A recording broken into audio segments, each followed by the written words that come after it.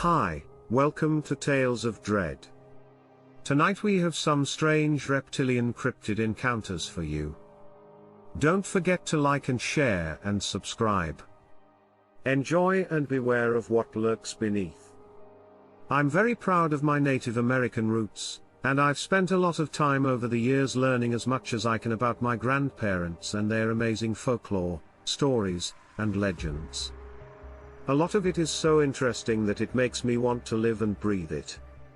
But some is really scary, thank goodness. I haven't been able to find anyone who has met a wendigo in real life. And to tell you the truth, I hope like hell I never do. But there's something called that has kept me up at night after I read about it. You might be wondering why a small mythical woodland spirit would scare me so much. Well, it's because, unlike the wendigo, I have a story about meeting it in person, and my grandfather was the one who went looking for it. Now, my grandparents grew up on the res before they moved to the city, where my mom was born. My grandfather spent a lot of time as a child playing in the beautiful woods nearby. There wasn't as much technology back then, and kids had to keep themselves busy for hours with just wood and sticks, building forts, playing hide and seek, and exploring the great outdoors as they should. Most of the kids, though, were playing hide and seek. They broke up into groups and ran into the woods. My grandfather was the longest person ever, and he wasn't going to let that go to someone else. He ran as quickly as he could. He went a surprising distance before he could no longer hear 99, coming ready or not, shouting. He was happy that it would take a while for someone to find him, because he had ended up in an area with a lot of plants and was almost completely hidden by them. Boy, was he content. He told me that as each person was found, he could hear their calls and shouts, and it was hard not to laugh or even shout with joy. He was well on his way to setting a new record, but that all changed when he first heard a noise. He naturally thought that another kid was about to find him, so he crouched down even more, hoping that they wouldn't notice him. From far away, he could still hear his friends running and the occasional gotcha, and he tried to figure out which of the voices belonged to the seeking team. He didn't know. Once he heard all three of them calling to the others, he figured he must have been joined by a nosy rabbit or something. At this point, he wasn't scared at all. He just hoped that the animal wouldn't give him away by sniffing and crunching more. He had the perfect place to hide, but a rabbit was about to find him. He also tried very hard not to sneeze, even though he couldn't see a flower anywhere. There was a strong scent of flowers that made his nose itch like crazy. It was then that he saw him. Now, I need you to keep something in mind. One of them was my grandfather, who was just a little boy at the time. And two were on their knees. The him who showed up was so short that he barely reached his eyes. That was the only strange thing about him. The small man looked gray, and like a porcupine, he had spikes on his back and on the top of his head. He had small, black eyes, a big, round nose, and a spooky smile on his big, wide mouth. My grandfather knew exactly what this scary little thing was. It was a packwedgie, and he was terrified. You see, he had been told that if you ever met one of these creatures, you had to be very careful. If you made one wrong move and made them angry, they could and would kill you, and you wouldn't be free after that. They would keep control of your spirit for all time. So, my granddad did what any scared kid would do in that situation. He broke down and cried. He was scared, and he thought that the creature would curse him just for being there. He suddenly started crying. He'll never know if showing that much fear and submerging himself was enough to calm this creature down. He had shown some kind of respect for the animal. But when the little gray man looked at him, the terrible grin that was still on his face just vanished. He was too scared to move. My grandfather stayed there for about 10 more minutes until his friends came back. At first, they thought he must have been hurt. They did not expect to find your friend curled up on the floor, crying, with tears and snot all over his face. We were able to get him to calm down enough to see that he wasn't hurt. They took him home, and it wasn't until he was safe in his own house that he could finally tell what had happened. His friends listened in awe, and Wallace's parents exchanged knowing and worried looks. Thankfully, nothing else came of the encounter, and he hadn't been cursed or attracted the creature to keep playing tricks on him. No one went back into those woods for a long time, and when they did, they never saw him again. I love hearing about your life. And I'll bet you that most of the other people listening to this have heard of Sasquatch, Bigfoot, whatever you want to call it. I wonder, though, what they might think of my story or yours. I was driving home from a long evening shift about 5 years ago. I've seen something I can't explain, and I don't think it was a Sasquatch. It is very common. I guess that's why so many of these things still exist and haven't been hunted to extinction yet. These stories always seem to happen at night when no one else is around to verify them. So, I'm just going about my business and driving pretty fast because there aren't many other cars on the road. I'm singing along to a rock song on the radio while drumming my fingers on the steering wheel. The headlights are on full beam, because it's really dark.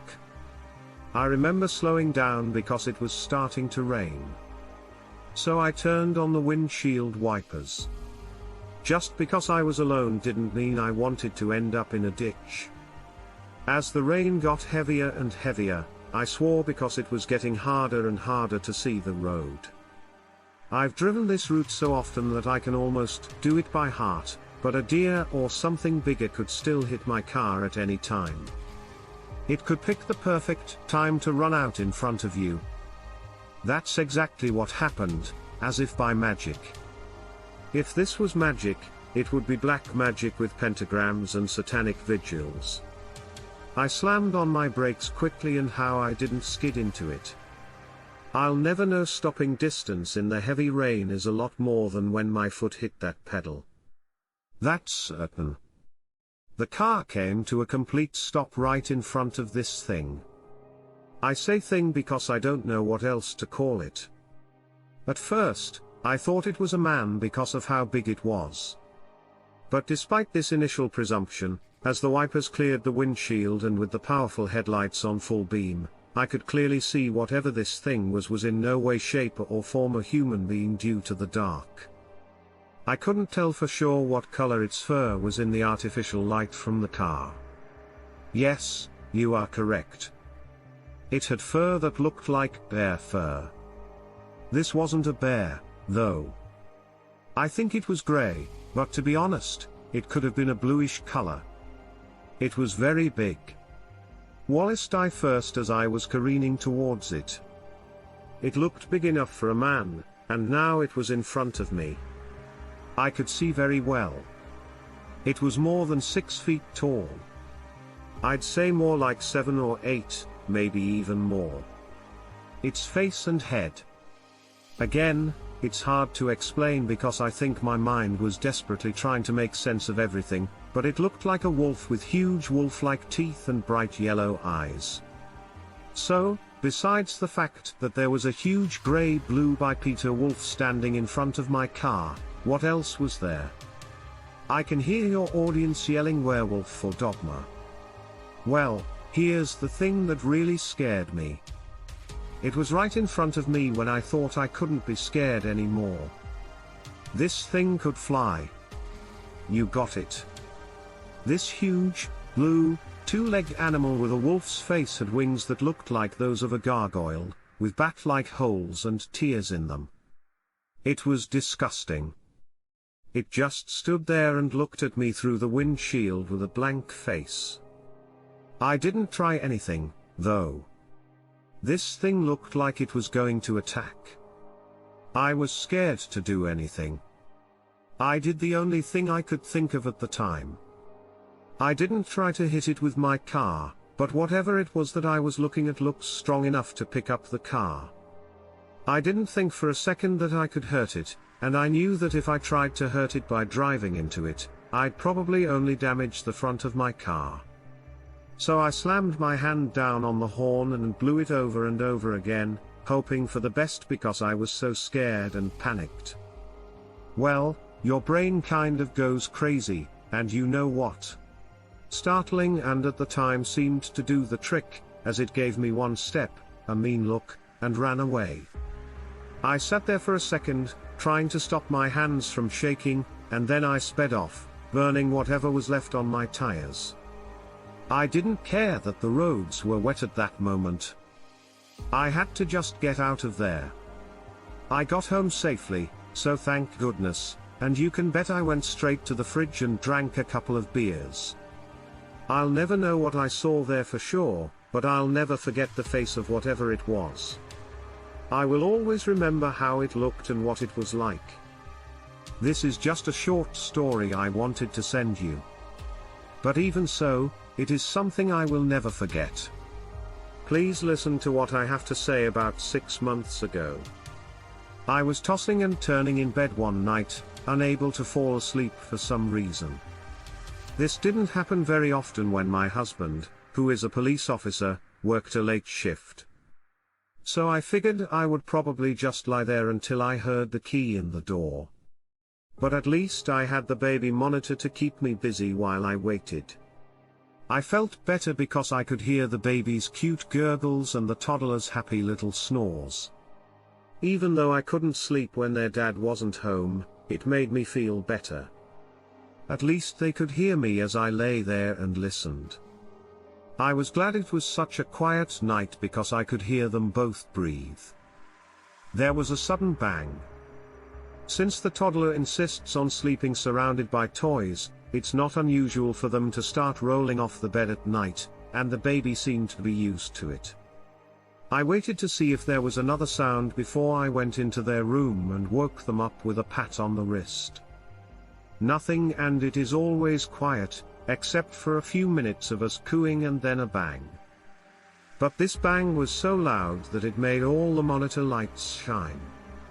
At this point, I still don't care, and I'm more like hoping to hell. The child hadn't gotten out of bed on her own. Still as quiet as a mouse, I went into the room. As I peered around the door, I could just make out their sleeping bodies because their nightlight had a low beam. Both were sleeping. Even if the baby could get out of the crib, neither of them were awake.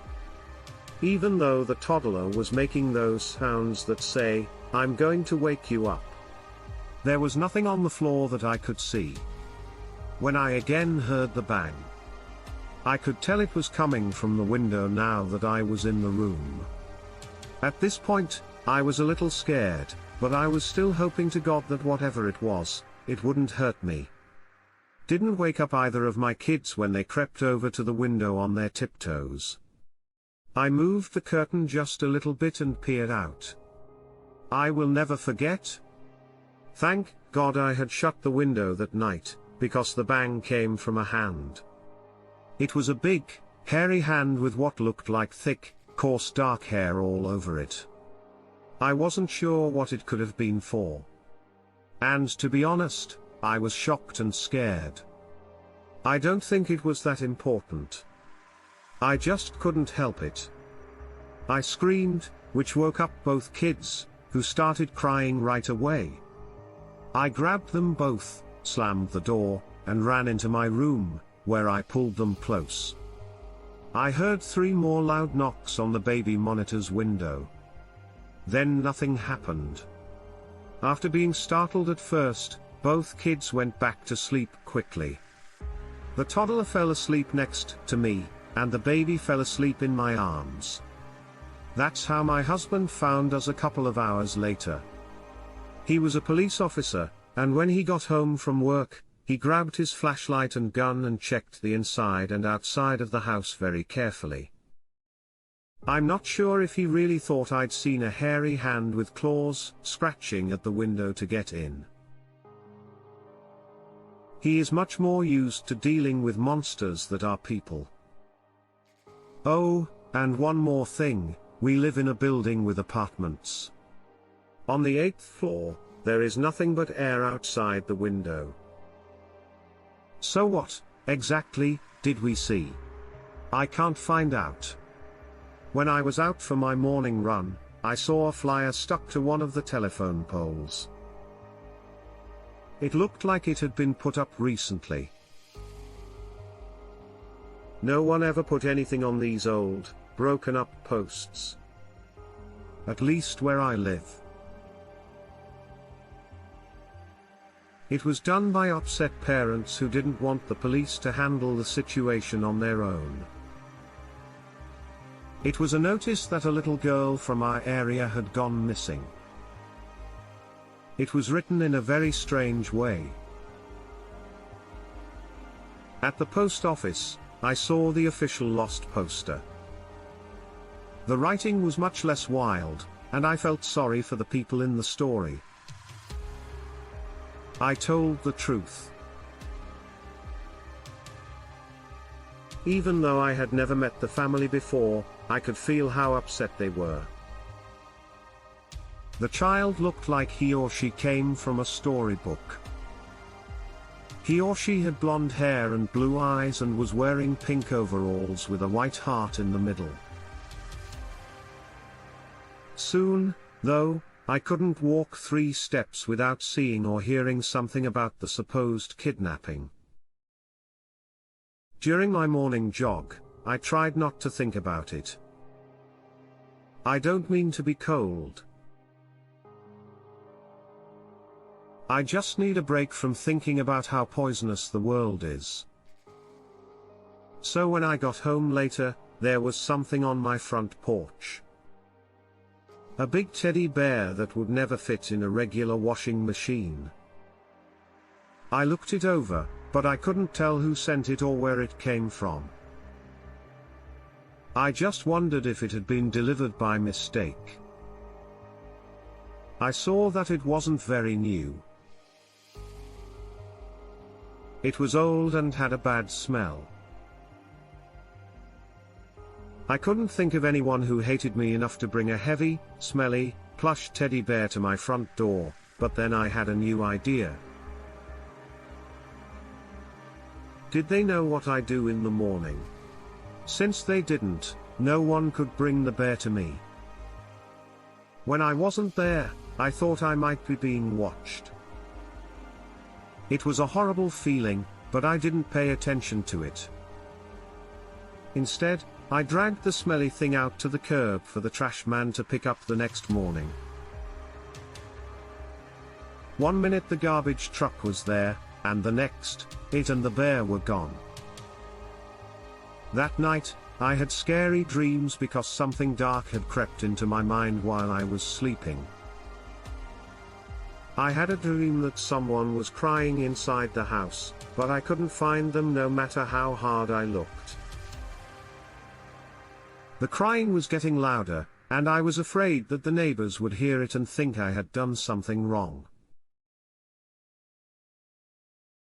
When I woke up in a cold sweat, I realized that the crying wasn't a dream. It was soft, but it was real and very present. I couldn't figure out where it was coming from, so I fought off a wave of panic by telling myself there must have been a good reason. So, when I went into my room for the 5th time, I stopped when I saw the window. There was the bear staring right at me. I lost myself for a moment because I was so scared that it took over all of my senses. I thought about calling the police, but I didn't know what to say. A bear was in my window. The bear did the wrong thing.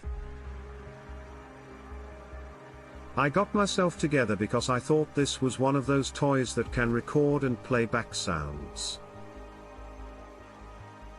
This must have been a trick. When I went outside with a bear, there was no crying at all. I was trembling, and it wasn't because it was raining.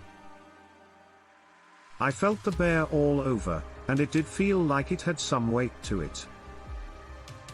That shouldn't have been there. The brand of the recording device might give me more information. The bear had already cut the folds open, and something that smelled bad was being pressed up into my face. As I reached inside, I saw the rotting body of a little girl who had gone missing wearing the same pink overalls I had seen on the poster. Hello, this story might not even be for the right podcast. You seem to be in charge of everything monster related. When I was only 8 years old, I had to deal with the real monster. Now that I'm 14, my mom loves going to thrift stores and resale shops, and she always takes me with her. I get it for some reason. Those cheap things are cool. But who needs so much stuff? Just because something is cheap doesn't mean you have to buy it. But she told me the usual thing about it. This time, if I go with her, she'll get me whatever I want. I turned 8. I couldn't just say no and stay home alone, which would have been nice in hindsight. So I have to go to yet another second-hand store. They know my mom's name pretty well. She went straight for the clothes, while I found my way to the toys. Something got my attention. A stuffed old-fashioned clown was holding a magic 8-ball. Magnets held the clown to an 8-ball, which made me happy. I'd always wanted a magic 8-ball, and now I'd get one along with a cool clown doll. I was glad to go with my mom on one of her thrift store shopping sprees. I played with the 8-ball a lot, and when I was done, I gave it back to the clown. In fact, I gave him the name Herman one night when I was playing with an 8-ball late at night by asking it questions and shaking it under my covers while my useless track phone shone on it.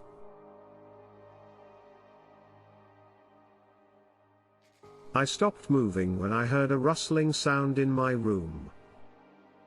I couldn't figure out what it was, but it didn't sound like a full-grown person or an animal, so I stayed under the covers and waited. I was trying to make things more fun, so I asked the 8-ball in my head if the noise was Herman. It said yes, definitely. I tried not to shake and was forced to smile. I asked again if it was Herman, and he said it was. In particular, Ed answered the same thing again. I asked Herman if he knew where I was, and the answer was very unlikely. Then I asked Herman what he wanted, since I knew the robot could only say yes, no, or something like that. I thought it said better not tell you now, and if you don't believe me, you can look it up on Google because it's a real answer on some 8-balls. I started shaking, and I had to stop it. I asked the 8-ball if Herman was going to hurt me, and it said he definitely wouldn't. This was getting way too strange. It can't answer the same question twice, right? I asked if Herman had already found me. And it said, definitely, so I threw off my covers so I could turn on the light in my room. When I did, Herman was sitting at the foot of my bed, and I went crazy. My parents came to help me when I was at the light switch and they saw me. They just thought it was a bad dream, so I got rid of Herman in the 8-ball and didn't bother to replace him or the other guy. Well, as time goes on, the story gets even more interesting. So, I kind of forgot about Herman until, I guess, a few years later, when I found out that a large group of gypsies had given a lot of items and toys to the same thrift store my mother went to. If you know anything about gypsies and their culture, you know that they do a lot of witchcraft, like holding black masses and killing children. They also do some voodoo and magic.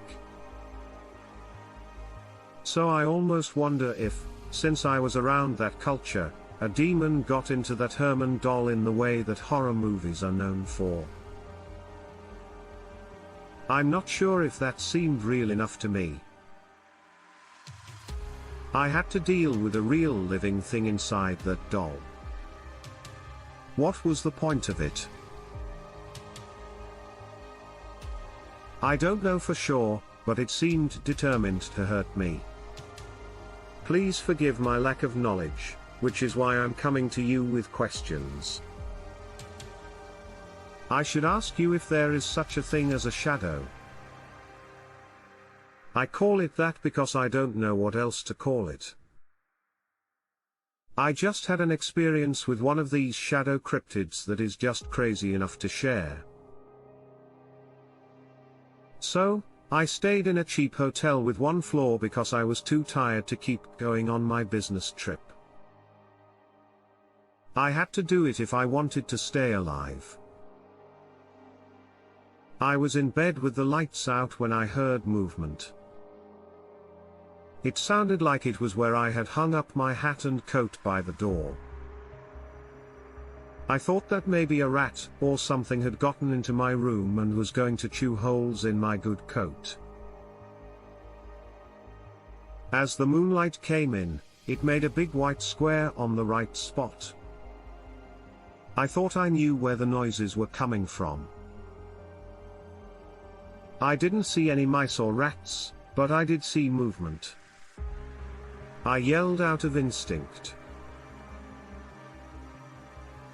Hey! A slithering shape moved away and rose up. For a moment, it looked like a person, but then it melted into what looked like a pool of ink and crept out of my room through the crack under the door. I gave myself a pinch to make sure I wasn't sleeping and dreaming. I got up and went to check out what I had just seen, even though I knew it wasn't a good idea. I opened the door to my hotel room and walked into the hallway to look around. I could see it moving on the floor. It grew into the shape of a person like a sheet of dried black rubber. Again, a single red eye looked at me and blinked a few times. Again, it fell into a puddle and started running away very fast. I couldn't tell you why I went after it for all the money in the world. I was interested more than scared. It was too crazy, and I probably sound crazy for not ducking back into my room and staying there. I tried to catch it, but it was easy for it to stay ahead of me. I soon got hurt and got a side stitch, but I couldn't catch up. I also started to realize that for such a small place, the hallway seemed awfully long. Because of some nightmare law, I could easily read the numbers on the doors because they were repeated. Come true?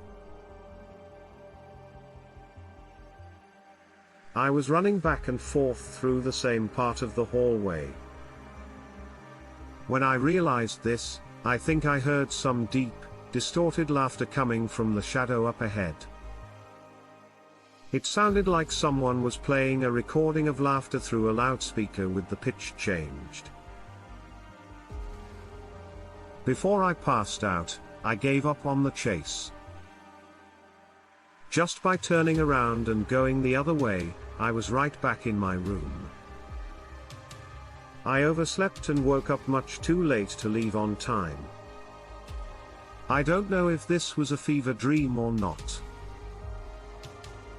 I tried to find out more about shadow people, but there isn't much of a connection here.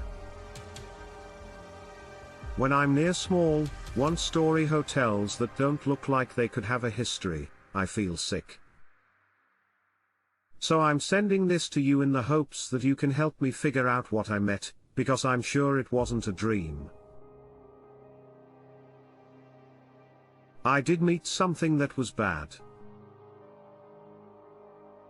Hello, my twin sister and I want to tell you a story about a living shadow that used to bother us. We are identical twins, which means that we look exactly the same. Because of fire damage to our house, we stayed with my grandmother for a long time. My grandmother took care of us while my mom and dad worked as quickly as they could to fix up her house, regardless of how long it would take.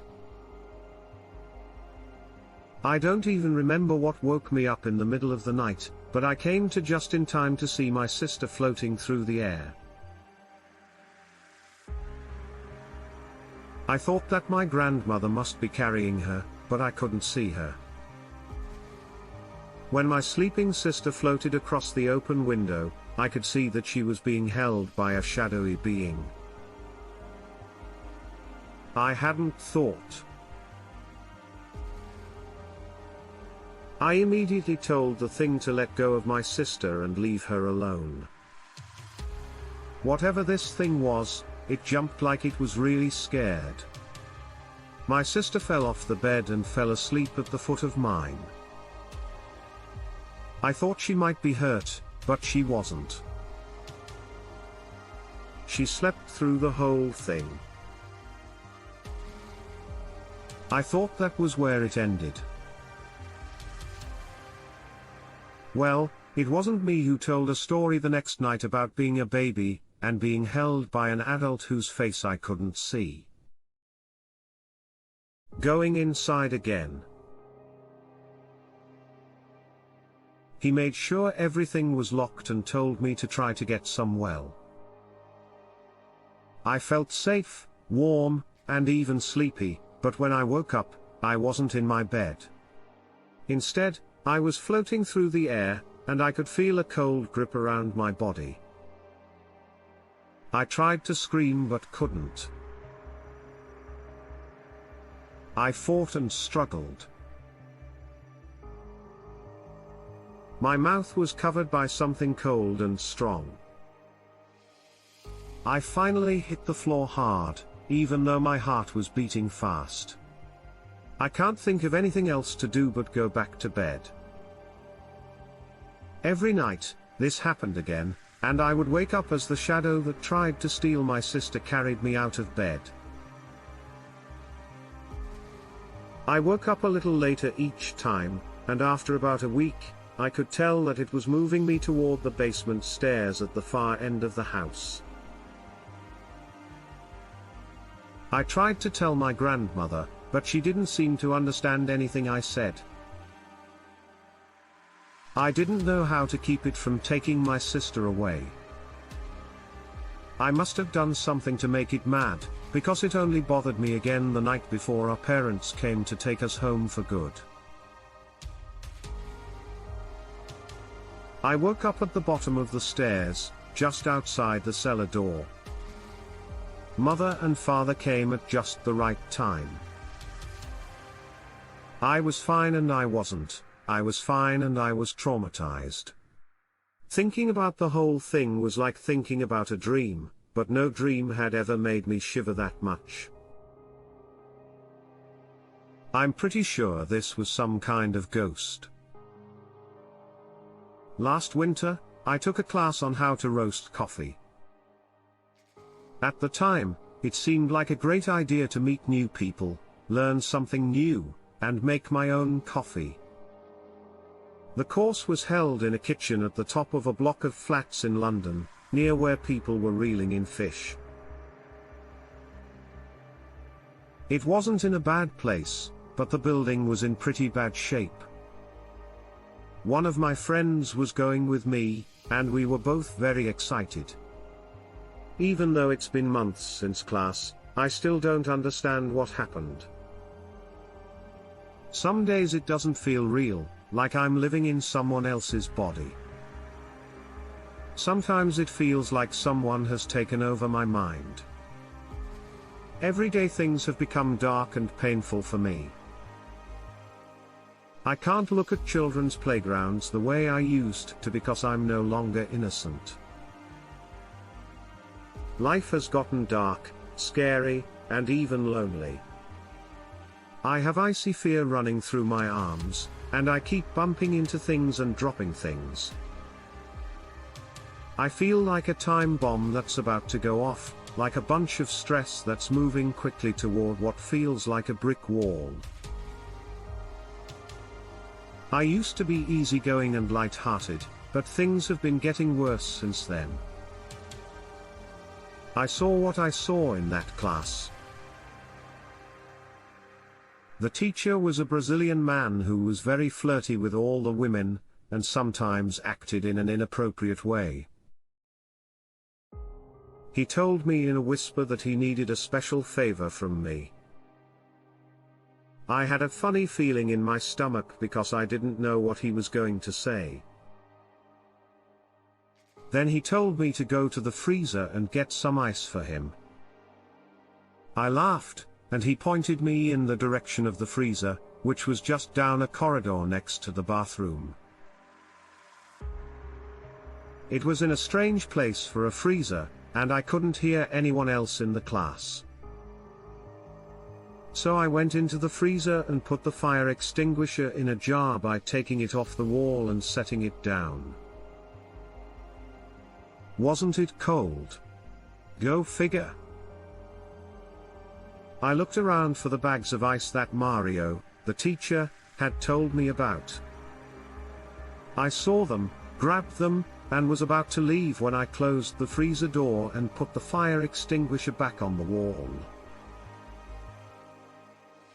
I heard something strange coming from one of the rooms. It sounded like a horrible grunt or groan, not like what you might think. It looked like a wild animal, but there was no way it could be a pet. Since I've always liked animals, I wasn't afraid at first. Just wondering. As I stood there, the smell of something burning filled the hallway. It was kind of like plastic or material that was burning. That's when I felt scared. I thought the whole building was on fire. I knew I couldn't look into it and that the owners wouldn't care at all. I walked into what seemed to be the master bedroom. The quilts, curtains, and carpet were all blood orange. There was a bathroom next to it where I could hear people groaning and smoking. What the hell happened? I carefully made my way to the bathroom, and when I saw what was there, my heart dropped to my knees. It was a snake getting into the bathtub and knocking things over. In the bathroom, the bottom of the curtain was on fire, but it wasn't a snake. Instead, it was something with two heads, one on each side of its body. It was some kind of snake with two heads, but not in the way you would normally think. Instead, each head was facing forward. I looked at whatever it was with my mouth wide open in horror. The creature was, gliding up and down the bathroom poles on the ground. It was at least 8 feet tall. It has orange eyes with small slits that seem to shine and dart around the room. I wasn't sure what to do. Having this animal in the house was obviously dangerous. I almost thought this was his pet that had gotten away. Surely, something like this was dangerous. I looked around and spotted an axe next to one of the fire alarms. Then I thought about whether or not I should try to kill it. It was as if it could read my mind. It looked at me dead in the eyes with both heads, and both heads had their mouths open, showing a very large set of fangs and an opening where it could definitely swallow its prey whole. They ran straight at me, and I was able to step back and shut the door at that point. I ran out of the room and back up the hallway, completely out of breath. I looked backwards to see if the thing had managed to break out of the room and follow me, thankfully. Not at all.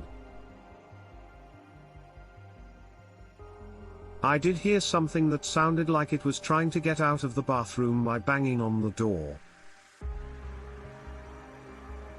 I had clearly upset the animal, and it didn't like being bothered, so I managed to sneakily grab my coat and pull my friend out before we went home, being careful not to draw attention to ourselves. I had dropped the ice all over the bedroom. Mario texted me later that night to see what happened, but I called him back and told him all about the snake. He then informed me that he didn't live at the property, but he went down to the freezer in the bedroom after and saw the ice scattered all over the ground. He then asked the people who owned it. They said they didn't have any pets, let alone a snake with 2 heads. Mario then said I was in the freezer taking drugs. My friends too, that I had lost my mind completely because the last year has been so crazy. I haven't really had time to fully process everything that has happened. Look, all I know is I saw something that was real monstrous, savage and clearly bizarre. I made an appointment with a counselor in the hopes that they can help me understand what happened. I also looked up 2-headed snakes online, but according to what I read, the ones I saw only exist in stories. I hope that my story can shed some light and get people's attention right away. So maybe people who have had similar experiences can come forward without worrying about being called crazy, even though many people think my story sounds silly or even crazy. I'm sure of it, and will gladly tell anyone what happened. Who knows, maybe other people have seen the same things I have. When I was a kid, I was always at my grandmother's house. I stayed there all the time. She was such an angel, but she passed away back in 2014. Her house was surrounded by fields and long stretches of land that seemed to go on forever. We ran barefoot through the fields in rural Alabama without a care in the world. Looking back, it was such a great time to grow up because there weren't many distractions and there weren't many screens or even computers. On my grandmother's farm, I felt as free as a bird. But as a child, something bad happened. Something upsetting that I know as an adult woman I need to deal with. I think I met a real witch who was made of reptile skin. I know I sound crazy. If I put my name on this account, people will find me and think I've completely lost my mind. But you don't realize that this memory has been buried deep in my mind and heart for more than 20 years, and I feel like it's time to talk about it. So, going back to the spring of 1998, I want to say late April or early May, I would have been about 9 years old. As I said, my grandmother's house was surrounded by large fields, and on this day, she wanted to make us apple pie, so I went down to the apple tree. So I ran down to the apple tree and climbed up on its branches. When I took a big bite of one of the green apples, it tasted like spring. I filled up my basket and got ready to take them back to my grandmother's house. Behind me, I heard her chirping. It was the oddest thing. When I turned around, I didn't see anything. Then the chirping happened and started again. I turned back. Still, there was nothing there except long green grass structures.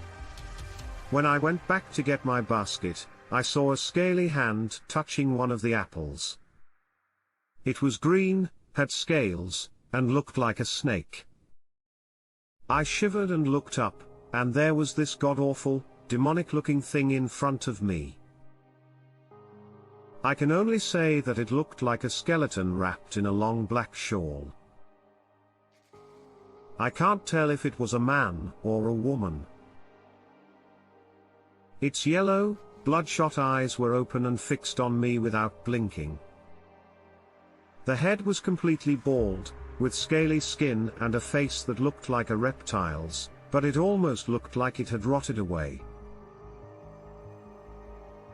They almost looked like tiny worms living under its skin. It had bad teeth and other things, and its skin ranged from dark green to deathly pale. I tried to move away, but this creature, whatever it was, kept its hand on me and seemed to almost rock back and forth as it tried to pull me closer. I didn't know what it was going to do. Maybe it was going to eat me. Kill me, kidnap me. I had no idea from the head of the creature. 4 big purple horns came up, and this creature kept grabbing me and holding on to me with cruelty and violence. I shut my eyes and got ready to die. Not have wanted me. I did not know. After that, I remember. It let go of me and went back into the bushes before going away. I had a big cut on one of my hands that was bleeding. When I looked up the hill, I saw my grandmother looking down at me. She ran over to me.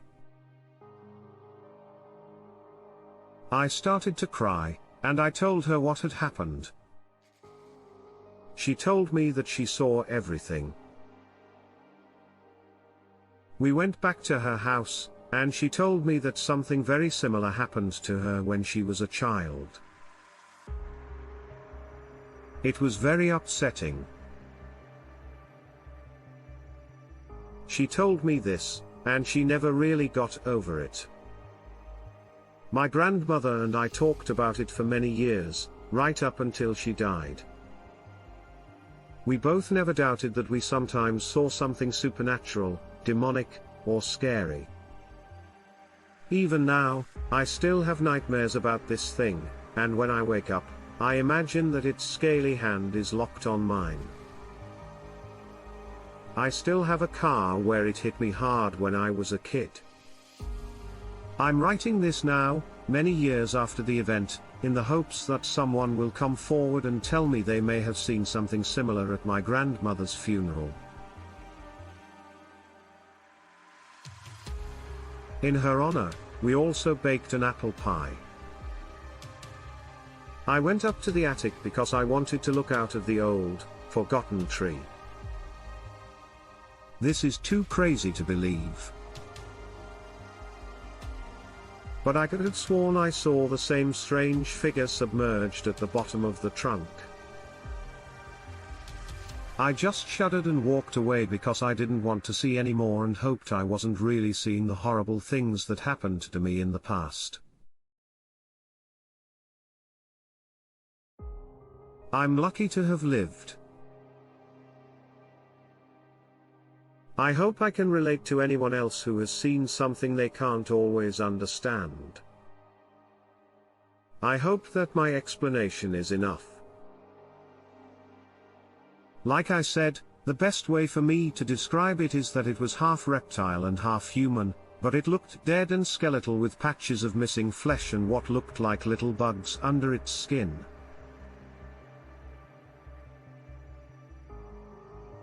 It looks like some kind of living dead creature.